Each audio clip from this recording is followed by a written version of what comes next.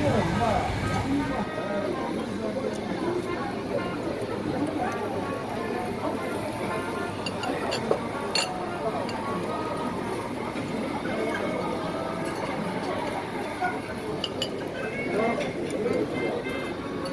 านนี้คนนั้นกินเนื้อว่ะพี่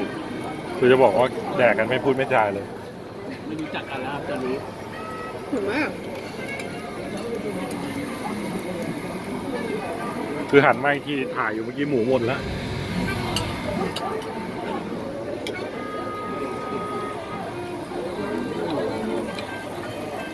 เอาไปหั่น